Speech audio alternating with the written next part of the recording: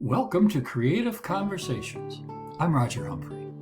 In this episode, I'm pleased to welcome pianist Polina Fradkina. Join us as we talk about her training in St. Petersburg, Russia, her move to Denmark after the invasion of Ukraine, her unique and wonderful artistic vision, and so much more. Before we get started, please hit the like, subscribe, and follow buttons. It's an easy thing to do. It really helps the channel a bunch. And if you really want to mess with the algorithm, leave a comment. Thanks. And we are talking with the marvelous pianist, Polina Fradkina. Hello.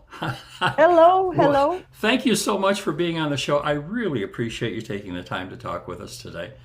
I'm happy to be here.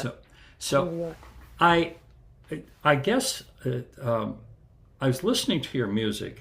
And so you're originally from St. Petersburg, correct? Yes, I was born in St. Petersburg. And you now live in Denmark. Now I live in Denmark. Me and my husband left Russia after the invasion into Ukraine. It was in March of 2022. Uh-huh. So that must have been a difficult decision. I don't know. Yes and no. Okay. Because first of all, it was acceptable somehow. Oh, So all my life I feel that I could move somewhere. It's not a revolutionary decision for me okay. to change place. So Even though I lived almost all my life in St. Petersburg. I was gonna say that would be home. So Yes, it's home. It's home. sure. So, but how is Denmark is fine? You're enjoying yourself there? Yeah, I love Denmark. I love Denmark for many years. Oh, okay. So I it's an used easy to choice. come. Yes, I used to come to Denmark for maybe 25 years. I'm coming to Denmark every year. Oh, So I come and now I live here. So I used to come to Denmark every year and I had a lot of contacts and I played concerts and I had projects and recorded albums here. So when I came here, I understood how my life will look like. And I have a second mom, the very good friend of my mother from youth, and she lives here for 55 years. So we live together now, and I'm very thankful to her because I think our drawing into new life was very smoothly. well, that's good. So I need to talk about your music because and your career in general because I am just absolutely fascinated. I could probably talk to you for the next 5 hours, um, but but Thank you. listening to you play is a treat. You're a wonderful pianist, and I really enjoy it. But Thank you. your recordings are fascinating to me because you take this prodigious skill that you have and talent that you have as a pianist and apply it in a complete. These things are standalone projects. In temporalis, for example, when you're working with a percussionist, correct? How did that come about? It was very strange. I played traditional classical music almost all my professional life, Uh-huh. but I played a lot of contemporary music always because my parents, they were members of Union of Composers, and my grandfather was composer, so assistant of Shostakovich actually. So I was growing up in a contemporary art. So it was original, and it was normal for me to do that, experimental things, but inside of classical academical world. And I was falling in love with drums, with this world of drums and percussion instruments.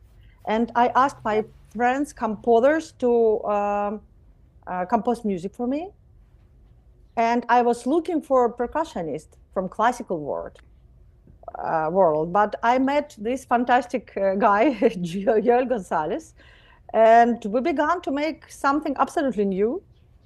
he's not from classical world, so we were trying to, I don't know, to do something that will be interested for us. We didn't think about conception. It came, I don't know, naturally. More organic, yes. Yeah. Okay, that's And this world of Afro Af Af Cuban Afro-Cuban, right, rhythms. right. Yes, and this word of rhythm, it was like a new universe for me. It, This I, language of how to express music through rhythm, through time. yeah, that makes sense. I think that as a guitarist, I think I'm a little more familiar with that because the folk traditions of the guitar as well as the classical traditions. So it kind of the guitar is used in jazz and folk music from around the world. So I see the rhythm in a lot of guitar music, but I realize that outside of that, it's not so common and not that kind of rhythm. We tend to think of I don't other than something like maybe a piazzolla tango or something like that. You know, we don't get a lot of interesting rhythmic things going on in classical music. You took it and put it together in a way that I'd never heard before, and it was just I was fascinated by that, and so. Thank you. I'm so glad to hear it. Thank you so much for this Well, warm. it's I love classical music, and I've been involved in it most of my life, and certainly all of my professional life. It's unusual to hear a recording that steps outside of the traditional, either like a single composer, like an all Chopin or all Bach program, or like a recital program of a little bit of everything, or the music of the 19th century, or things like that. And to see a program like this that is completely outside of that thought process, and still be not only artistic, but entertaining. It's just very easy to listen to, and so and I was listening to I couldn't listen to all of your albums, but I was listening certainly to excerpts from your albums, and just everything about these albums are just fascinate me. To the idea that they are projects that stand alone from what I expect to hear from a classical musician. Thank you so much. I'm from family of musicologists.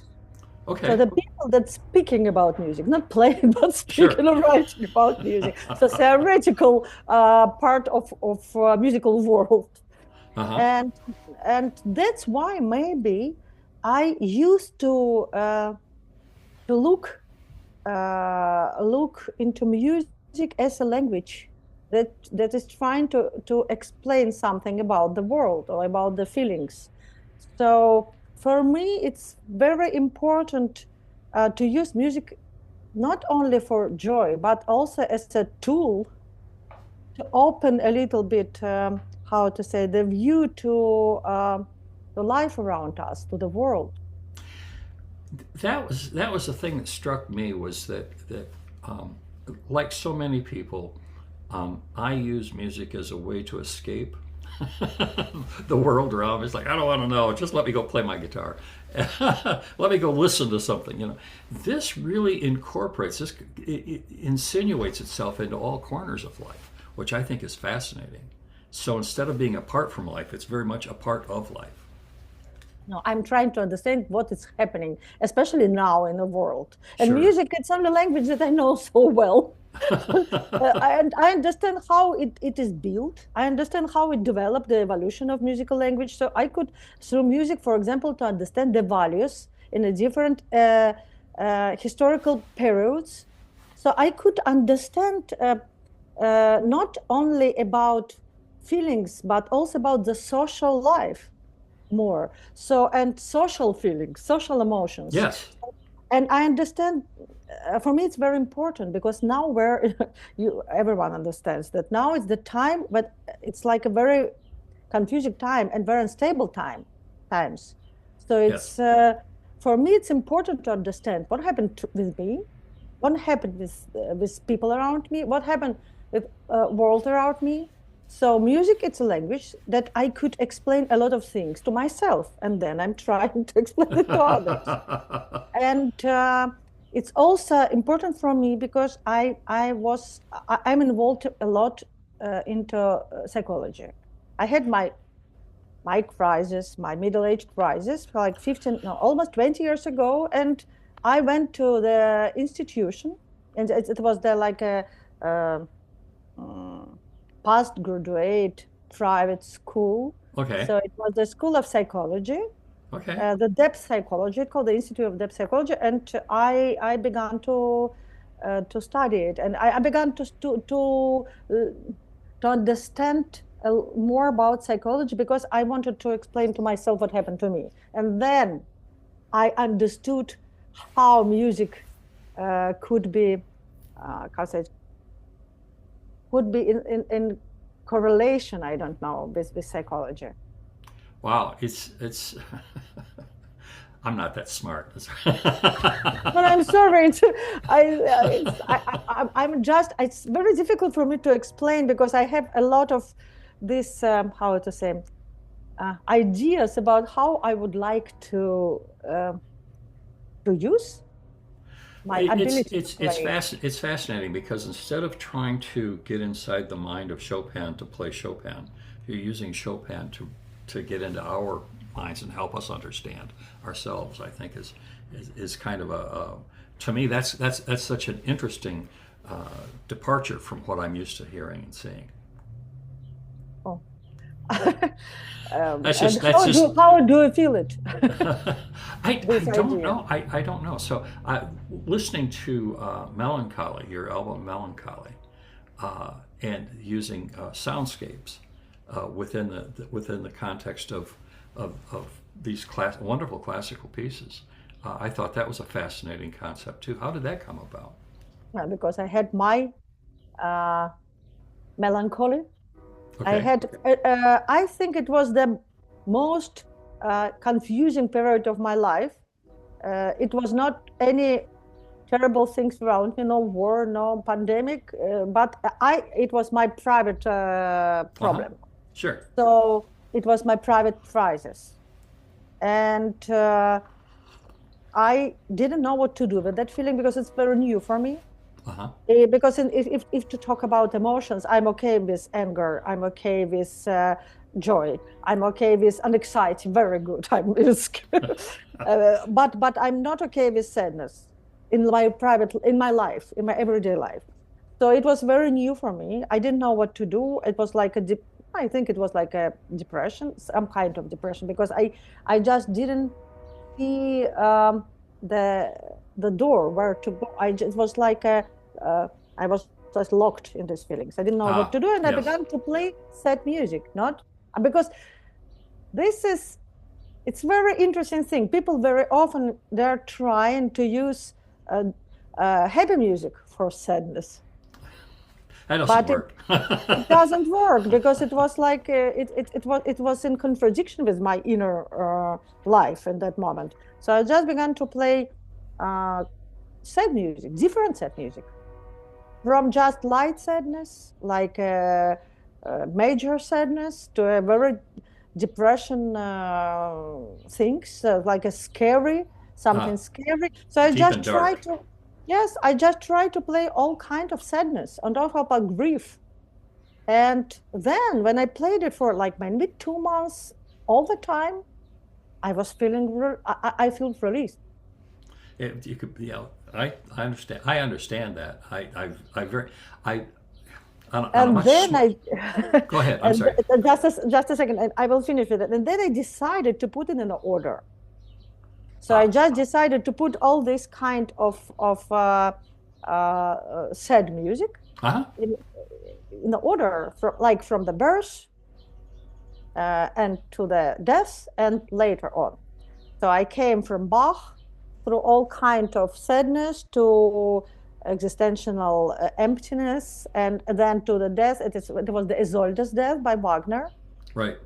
and it was quite. It was like a few years, or maybe a few years after Melancholy by Lars von Trier, the movie. Okay. And he wanted that he showed the end of the world with this theme of Oh. Wagner's theme, Uh-huh. because it's like expecting of something, and it's you don't want to how to say, to let it go, and you're trying to save this feeling, and then you come to this big culmination. It's like a, I don't know, the accepting of this idea of death. It's not real, it's like a allegoric thing, Right. like metaphoric. And then I just after this piece I found the piece by Liszt, that is like coming to the new life. So it was like a, I don't know, therapy. So when I made this album, it's when I finished this album, I get out from this feeling completely.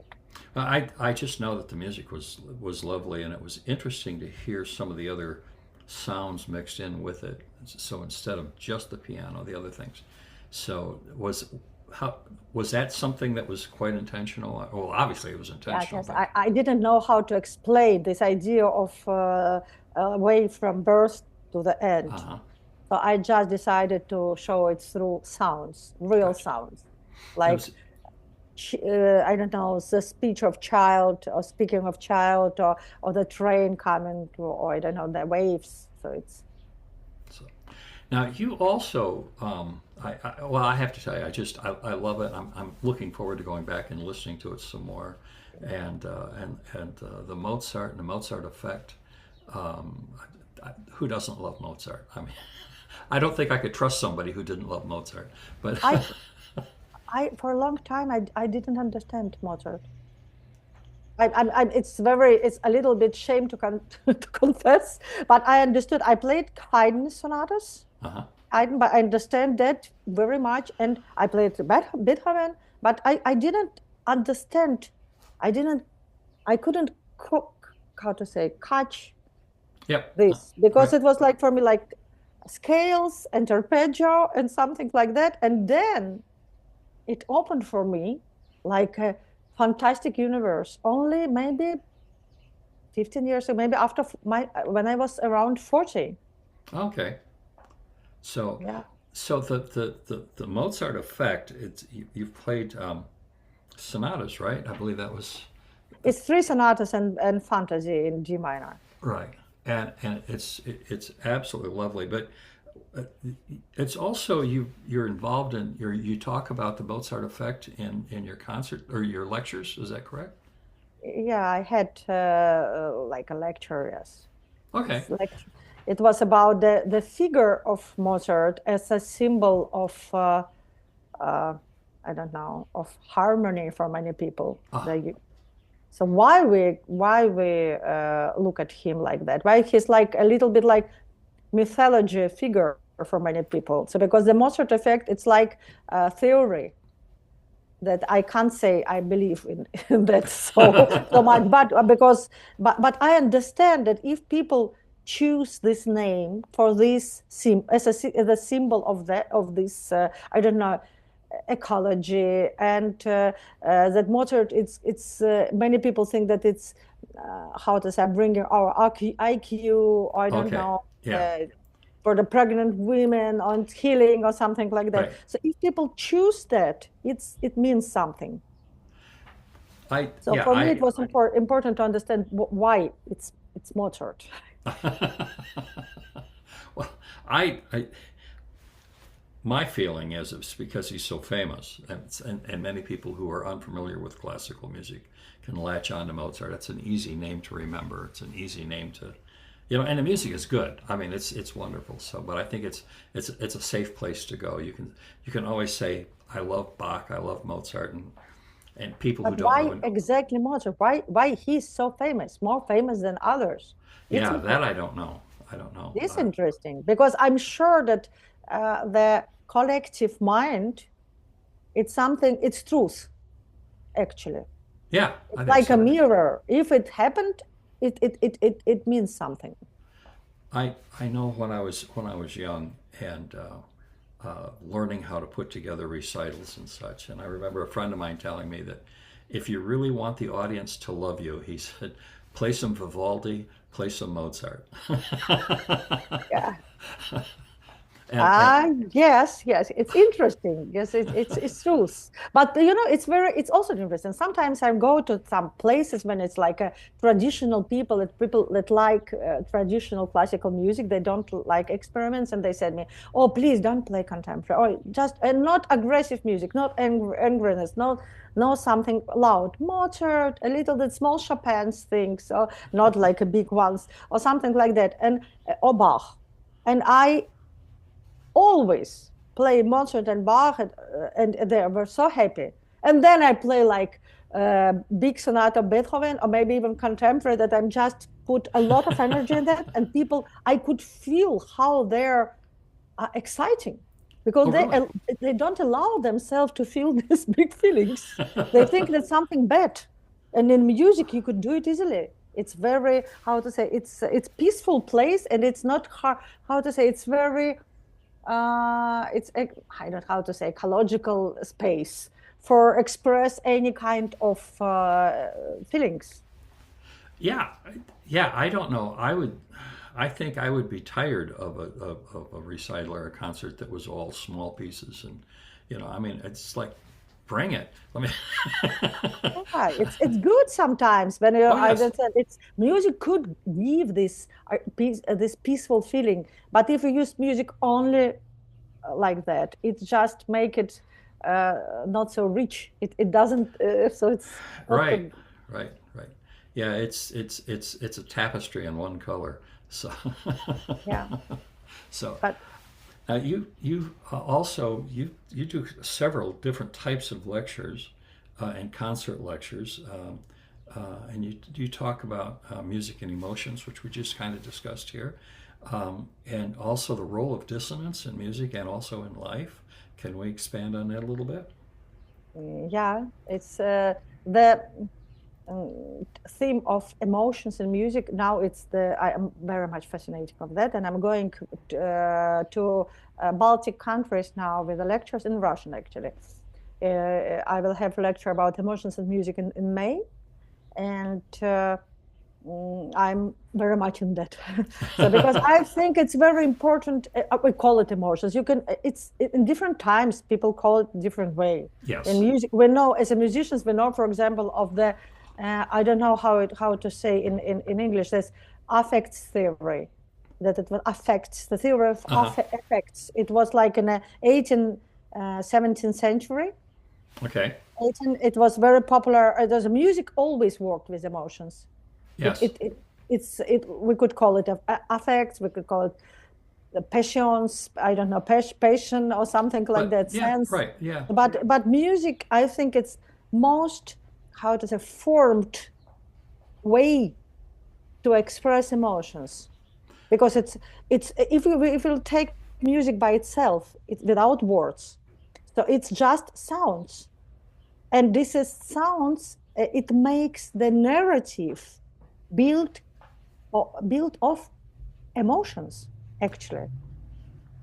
Well, I think that we can add our own. When I listen to music, and I've talked to my students about this too, that when you're listening to instrumental music, you are not only allowed but almost obligated to impose your own beliefs, your own thoughts, your own dreams, your own fears.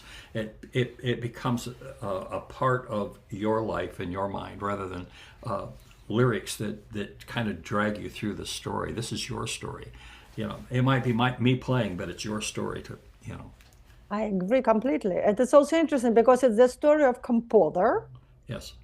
It's became part, I have to make it my story and then to give it to other people, that Right. it will be their story also. Right.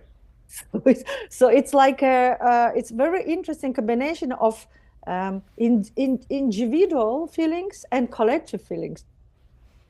So I just think all of this is fascinating as can be. So, but before we run out of time, I want to spend some time to talk about your grandfather.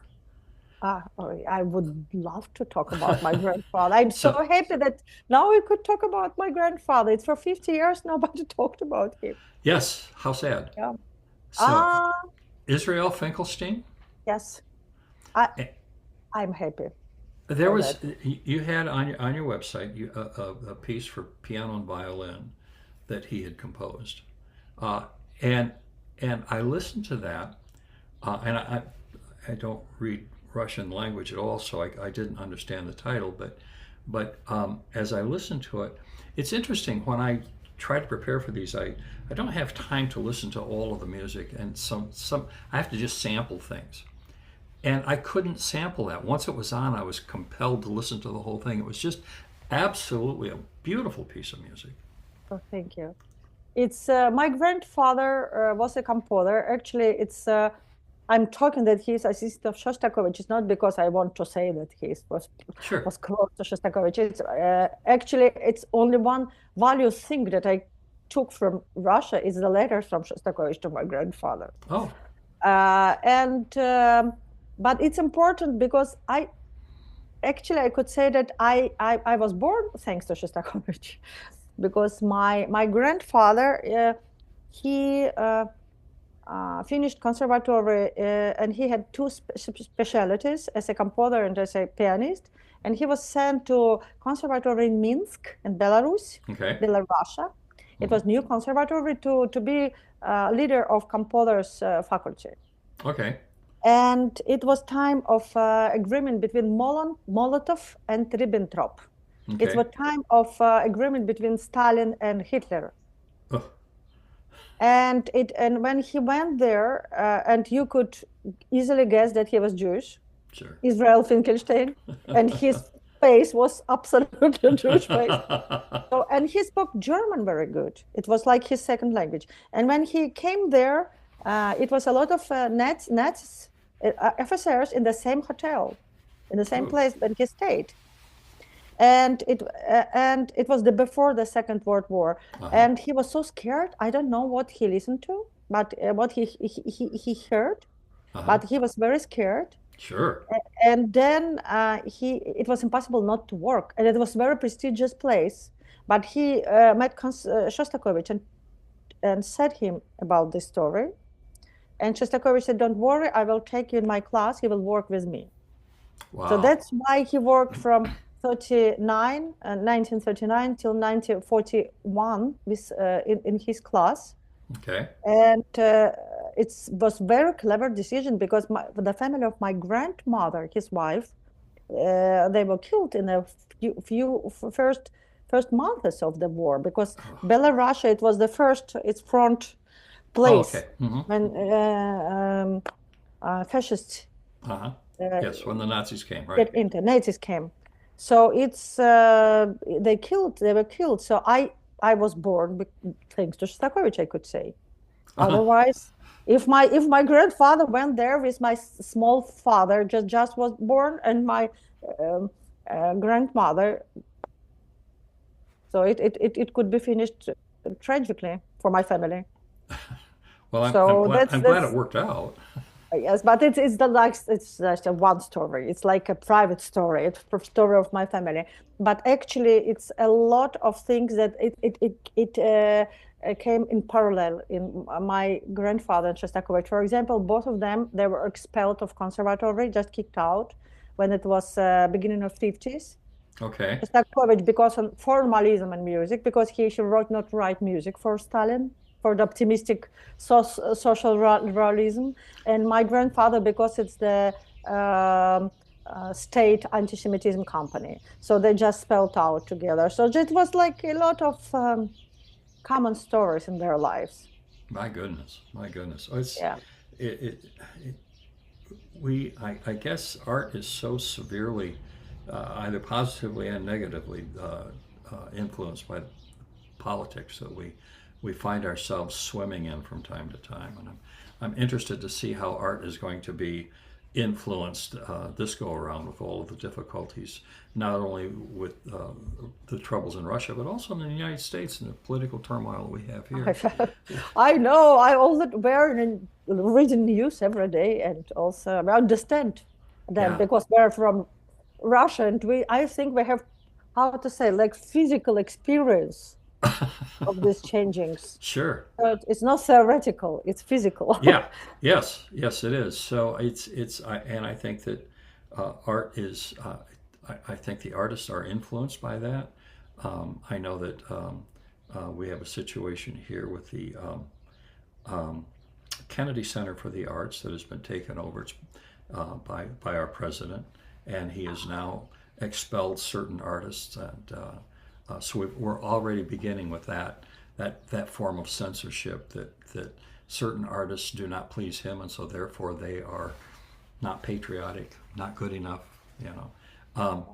And we've seen this happen historically over and over and over again, and it never works well. But from the depths of that nonsense, that awful stuff, we get this beautiful music by your grandfather, this beautiful music by Shostakovich. You know, it's just I don't know how it is born from that pain, but it is somehow. But it's born from that pain also. Yes. Yes. Yes, I could say that we have different kind of music. For example, Stravinsky and Shostakovich, they were not like in contra, but they absolutely had different view to the art.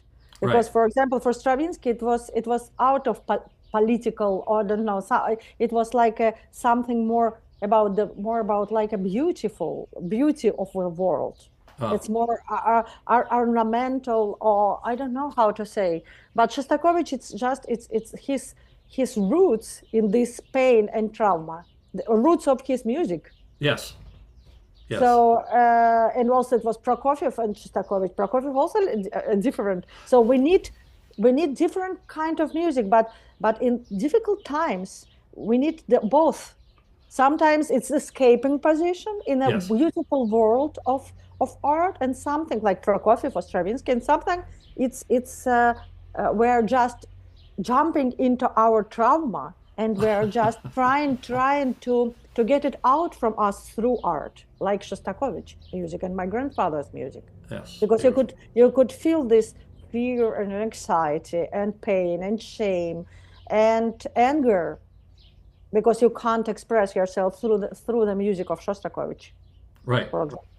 Yes. And it helps you to understand more about the times and about yourself also, about your feelings. I think so. I think you're right. So, well, goodness gracious, believe it or not, we are out of time. Oh, I'm so sorry.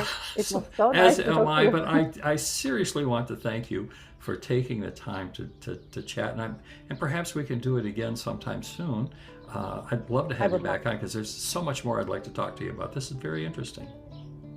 Thank you very much. Thank you. Have a nice day. And I hope the art will help us in these unstable and difficult times. I'm Thank you. I'm sure it will. Thank you, and we'll see you. Bye-bye. See you. Bye-bye. I'd like to thank Polina for taking the time to come on the show. And I want to thank you too for hanging out with us. Please consider keeping current with Polina and all my other guests by subscribing to my website, www.rogerhumphrey.com. I promise I won't spam you. I'm looking forward to seeing you again right here on Creative Conversations with Roger Humphrey.